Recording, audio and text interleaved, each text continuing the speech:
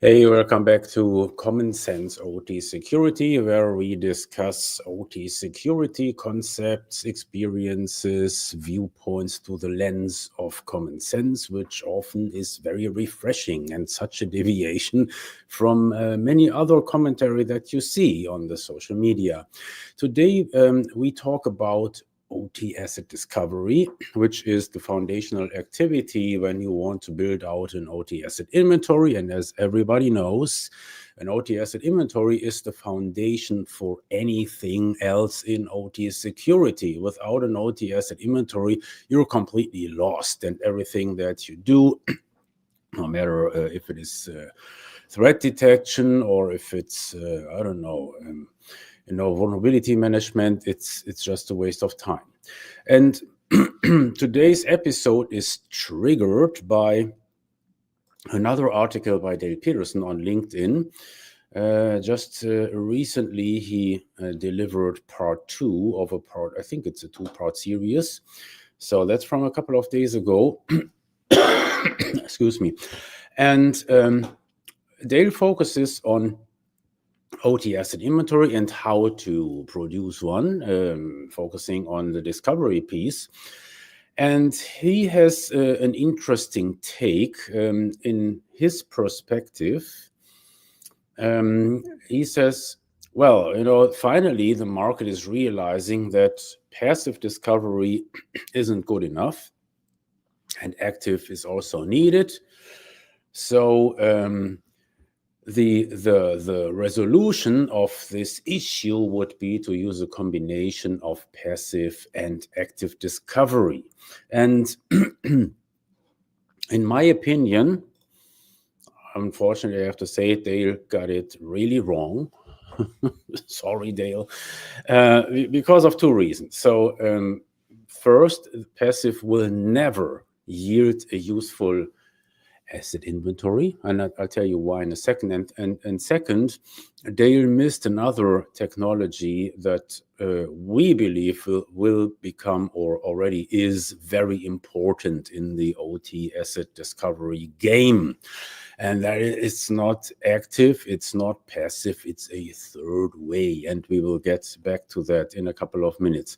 But first, let's find out why passive discovery doesn't do you any good when it comes to building an OT asset inventory. Just as a reminder, passive basically tries to infer device identity and device configuration by the couple of packets that it picks up from an endpoint. So it has no way of actively interrogating the endpoint or just tell me who you are. No, it has to infer based on the packets that fly by on the wire. And unfortunately, that only yields so much information if the device communicates at all. So certainly when the device is not triggered by any, let's just say, SCADA system, it will never spit out any information that could, in theory, be used for device identification. And this is basically what you see in the threat detection products. So let me just give you the background here. All those products, you know whom I'm talking about, they started out as anomaly detection products, and then the device identification functionality came as an afterthought, as something that was bolted on at a later time when the vendors realized, well, actually, we don't see a lot of actual cyber physical attacks. And then on the other hand, customers are demanding some inventory functionality. We also do asset inventory. The problem is technically that's not really possible. Because it only, as I said, yields so much. And there are a couple of areas where you can see that right away. So, for example, usually the configuration, the software configuration of Windows PCs is just a black hole for these products. They could tell you with some certainty, well, it's most likely a Windows box, but they have no clue about the software configuration. And the other area where you can see right away, no guys, it's not useful, is when it comes to networks. So if you have to rely on passive sniffing, you don't know about networks. And that's a problem because you want to know which endpoints are in one and the same network. Certainly, if for nothing else, for OT security, this is very, very important. But the threat detection products don't tell you because they can't. Based on the technology that they're using, the passive sniffing, they don't know about networks. And that is a problem. The other thing, the other big consequence of this is when you think about vulnerability management. In order to do vulnerability management, you must know precisely what the configuration of the endpoint is. Because otherwise you cannot do the CVE mapping. It doesn't work. And this is what every user of OT threat detection products knows when it comes to the vulnerabilities that they expose. They attach a probability and a likelihood to the vulnerability. Funny thing is, that is not a thing. Such a thing doesn't exist in the vulnerability space in that concept. So when you look at any CVE, they don't talk about probabilities or likelihoods, right? So what you see is basically the probability that this particular endpoint was discovered properly. And unfortunately, the vendors hide this fact by not exposing this uncertainty already in the what they call the asset inventory, but they only expose it when it comes to the vulnerability part. And just to give you an idea what it would look like when you don't limit yourself to a technology that is not at all useful for the purpose of collecting an asset inventory. Just to give you an idea, let's quickly look at OT-Base, which relies on active discovery, in order to show you what an endpoint in OT-Base really looks like. So I just grab this one more or less randomly. This happens to be a network switch. And guess what? For that network switch, you see all the ports, you see the networks that it is connected to, and you also see the endpoints that are connected to the various ports of that switch with the MAC address, the IP address, etc. And then if you wanted to, you can drill down. Let's just select this particular network. Then that gives you the network profile, as we call it in OT-Base, where you see all that address space and how it is used by all the endpoints, right? And guess what? You can even get a network topology just like that. So the device that we are looking at is highlighted here in red. But did you see that before in a threat detection product? I guess not, right? And this is basically what you need. This is what you need for your vulnerability management or for your OT security efforts at large. You must know about those networks. And unfortunately, the threat detection products, they also talk about networks, but in a sense, what they show you, that is the data flow, and that is something completely different. So what you have just seen is the physical network topology, which is very, very important to understand. So now that we have discussed the limitations of passive discovery, that are just inherent to the technology, right? So this is not something that, let's just say the existing vendors, they haven't gone all the way. No, that's an inherent limitation of the technology. And we have seen a little bit of the benefits of active discovery. So in a nutshell, you could say active discovery is so superior to passive and anything else that it's a no-brainer. So if you want to have a useful OT asset inventory, my friends, you must use active discovery, as simple as that. And certainly I know what is going to, but it's so dangerous, it's so unsafe. And I mean, ask our customers if you want. No, it's not dangerous and unsafe if you do it right. So you could make the same argument in respect to Rockwell RS Links. Did you know actually RS Links is doing active discovery? Ooh. Did you feel unsafe when doing that? Anytime you press the button for an RS Who, that does a complete network crawl in the deepest holes of your field bus networks. Did you think, oh, I don't know, is it safe? No, certainly it's safe.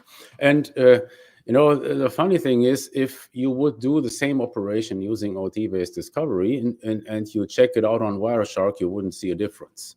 So that is the simple secret behind active discovery done right. And so what Dale projects is that they will do a mixture of both passive and active. Once that you do active, you will throw your passive out of the window. So the only thing that passive is good for is the network anomaly detection. So if that is your thing, if you believe that is very important, you will need passive sniffing. But once that you go active with your discovery, you will no longer use passive for discovery. It doesn't make any sense. Right? It's just, it will dilute the good, precise results of your discovery. And so you will just throw it out of the window. You will limit the use of passive sniffing for network anomaly detection if you then still think that this would be important. And so for all of you who are still so afraid, but start to get a little bit interested, and we see that happening. And it also aligns with our prediction. So we predicted a couple of years ago when we started OT, certainly active discovery will prevail. It will be the method of automatic asset discovery because it's the only method, almost the only method, because I told you there's a third way that yields useful results. So that is going to come, but at the same time, knowing the OT security field to some extent, we also were aware that everything in OT takes very, very long. It takes, I don't know, 10 or 20 times longer than in IT. So, and what we're now going to see is that asset owners start to realize, well, basically that passive sniffing won't get us anywhere. So we better take another fresh look at active. And I think we make it very, very easy for you because you just need to go to our website, and then if you click the download button, you can download OT-based network discovery for free. And network discovery, that is like the master tool, right? That does pretty much the same thing as RS Links, but different from RS Links. It's not limited to Rockwell devices or Ethernet IP devices. It also discovers Siemens PLCs, Schneider, and you name it, right? So, and that is simply because we support a whole variety of different industrial protocols, and from those industrial protocols, we use the legitimate functions or methods, if you will, to solicit the information about device identity and configuration from the device using that built-in functionality that the vendor has put in there for specifically this purpose. And if you do that, nothing is going to crash. Your refinery is not going to explode. Your oil well, it still will pump oil. So as simple as that. Anyhow, so let's go back to my original point of argument. And by the way, this webcast, as usual, is live. So if you have any questions, comments, whatever, just type it in YouTube or X or LinkedIn, and I will try to address those. There is a third way. And we have crafted this third way for some, at some extent, for those who are so scared about doing an active network discovery, because they live under the impression that all hell will break loose because they have never seen anything different than Nmap or Nessus, right? So those vulnerability scanners that actually do cause problems, but this is a completely different story. When you think active, you should think RS links. You should not think Nmap. So that's over. It's over. Nobody really does that in an OT environment. But now there is this third way, because so many of you are so afraid. We have created that third option. And that third option, in a nutshell, is very simple. It's host-based. And it's specifically developed for Windows PCs.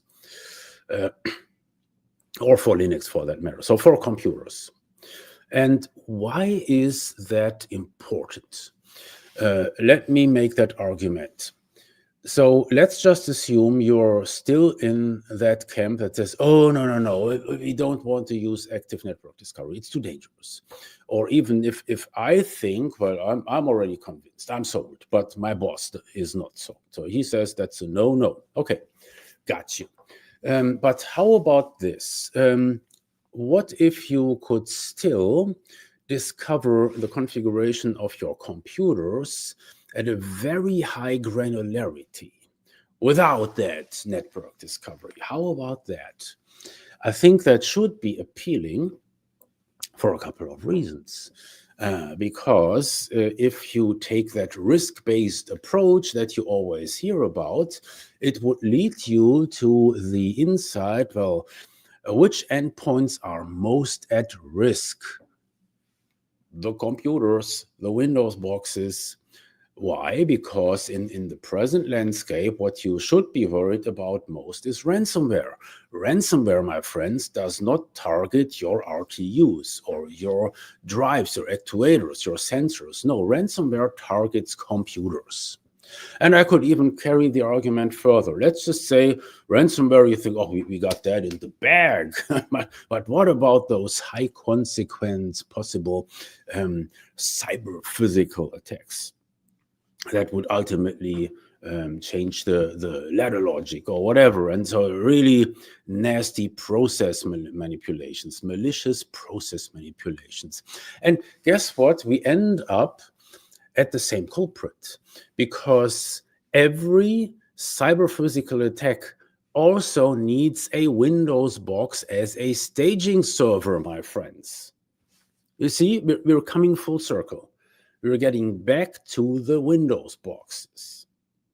And that means that you will raise your security posture a great deal if you are able to have a full understanding of the configuration of those boxes, which then will yield very, let's just say, very realistic assumptions about their risk and their vulnerability, certainly, right? So you must know the full software configuration of those computers to understand your vulnerabilities and your risk, and then from there you could then develop a mitigation plan.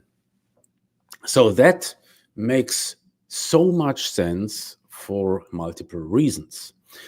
And now let's just assume you have followed me so far. Right? So you're afraid of active network discovery, but you could imagine, well, he's got a point for once, because we would really like to know what the configuration of those Windows boxes is in detail, starting with the operating system version, and from there diving into the installed software applications, from there also enumerating the installed patches or the lack thereof, right? And if that wouldn't require active discovery, how cool could that be? And for that particular scenario, we have a comparatively new product that is it's host-based, and it comes in two flavors. So let's talk about that. Let's go back to the download page again of OT-based discovery.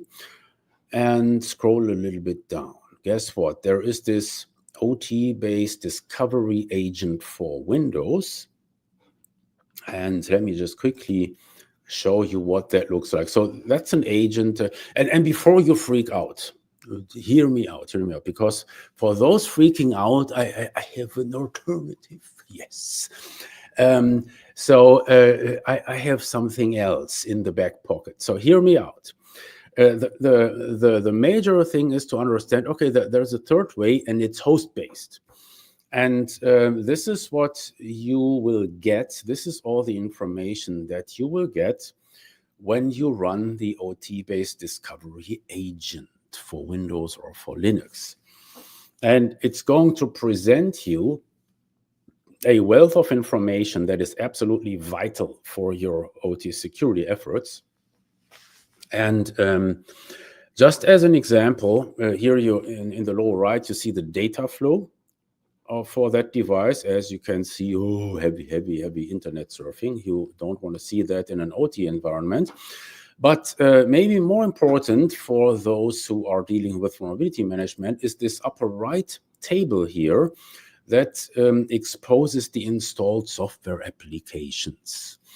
And let's just assume you are working at an organization which still doesn't use automatic vulnerability management.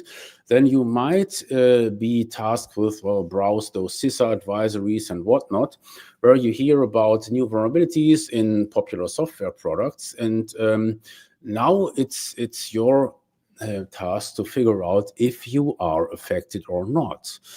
And this gets very simple with such an application, because in that list of installed software, you will also find that search field right here, where I could search, for example, let's just say I'm interested in Google Chrome. I want to see which Chrome version I have installed, because Chrome is just like any other web browser, is notorious for new vulnerabilities every week or so, okay? And just by filtering this list, I would see right away I have Google Chrome installed in version 134, which is hopelessly outdated. So that would be such a low-hanging fruit, right? Man, you really gotta update this thing or just uninstall it, because it's maybe we don't even need this on that Windows PC in the OT space. And you also see when it was last used, when it was last executed, also very, very nice information. So this was used fairly recently, March 26th of this year, so just a couple of days ago, which would lead me to believe, well, probably there is somebody actually using this application. Let's just assume you would see something like, well, in January 2023, then this could prompt you to consider just uninstalling the application, because if it hasn't been used for more than a year, it's probably not needed. So this gives you an idea about all the information that you get by just installing that piece of software. And now going back to the problem, no, we don't want an agent. No agent. We are not allowed to install anything by our automation vendor, because then they tell us we will lose the warranty and they will no longer love us. They will no longer accept all the millions of dollars that we have paid them. Well, we all know this argument. So in such a case where you are not allowed, usually for some messed up legal reasons, I have an alternative for you, and that is the mobile version of Discovery. That pretty much yields the same data without the data flow. So Discovery is executed from a USB stick. You don't need to install it. And therefore, your automation vendor has no clue that you even ran the software, that it was ever executed. And certainly there are a couple of benefits about this approach, because you just take your USB stick, you can go from PC to PC, collect the information, and then you're pretty much done. So you could either just quickly check it out while you are at the PC, and then you say, let's just say which version of I don't know, Studio 5000 is this thing running, and along with operating system, data, etc., etc., etc. But certainly, what is once that you have gone down that rabbit hole, it's going to lead you deeper and deeper. And the next step that you will end up with is the idea, well, how cool would it be if we could export all this information? Because then we have something like a record of it, and it would be easier to look up, right? Because we don't want to be at the PC, blah blah blah. Yes, and that is also super simple because of our new product offering, which is called OT-based snapshot. So once that you have executed those host-based discovery products, you can copy the resulting configuration data, which are encrypted, and you can upload that configuration information to our snapshot service. And as a result, you get a totally super cool Excel spreadsheet with multiple worksheets where you have the device information, the rack modules with their firmware versions, etc. For the devices, you also get the obsolescence information, like is the device still, can you still buy spare parts, etc. You see all the installed Windows apps, and you see the known vulnerabilities. I mean, it doesn't get much better than that, correct? So just as an idea, for those of you who think the future is going to be a mix of passive discovery and active, no, it's not going to be like that. Active will be the major winner. Passive will be phased out. So I promise you, once that you have started to go active, you say, no, passive, it's nonsense. Just imagine what it would mean when you would no longer need those hardware sensors. You can just kick them out. So active is software only, and the hardware sensors, they go out of the window. You will not go back to passive, my friends. And so it's going to be active, and then for some cases, and probably also as an intermediate stage in your journey towards a useful OT asset inventory, you might also consider the host-based version, which comes in two flavors. It comes as the mobile version executed from a USB stick, and it comes as an agent with a significant benefit of the agent that it also provides the data flow. Okay, so we have, that's basically what I wanted to discuss. And then we have a question by Gary Dumatol. Is it ideal or wise to carry OT-based discovery wherever you go? Because there will always be an opportunity to discover if you can or need to. Oh, I like the question. Certainly, you should always have OT-based with you. But as you can see, I'm joking to some extent. Well, I would say at the end of the day, it depends on what your assignment is, right? So I think Gary is asking the question from the perspective of a service provider, of a consultant.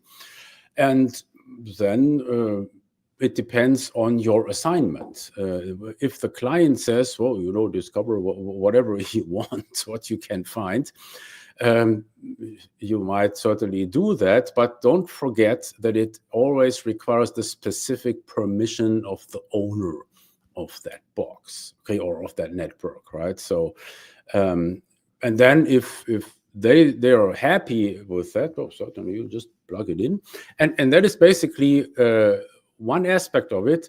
You're done with your discovery with that host-based discovery in a minute or so. And then you have a wealth of data that you will never be able to collect manually or never be able to collect via passive sniffing.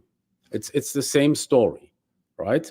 And for that reason, I predict that Dale Peterson was wrong. He was wrong. And the future is not going to be a mix of passive and active. It's going to be a mix of active and host-based. And with that, I would say see you in a week. Bye-bye.